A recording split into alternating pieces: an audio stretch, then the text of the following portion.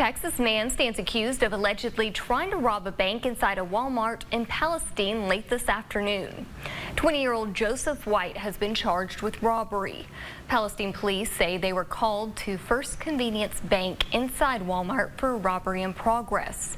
Police claim White demanded money from an employee and threatened to use force if they didn't give it to him. The employee allegedly texted a relative to say they were being robbed, and that person made the 911 call.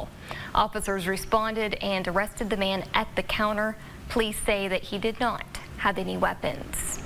In a news release, Police Chief Mark Harcrow wrote, quote, "It was unknown at the time if this guy was armed, and the officers handled this extremely well in a crowded store."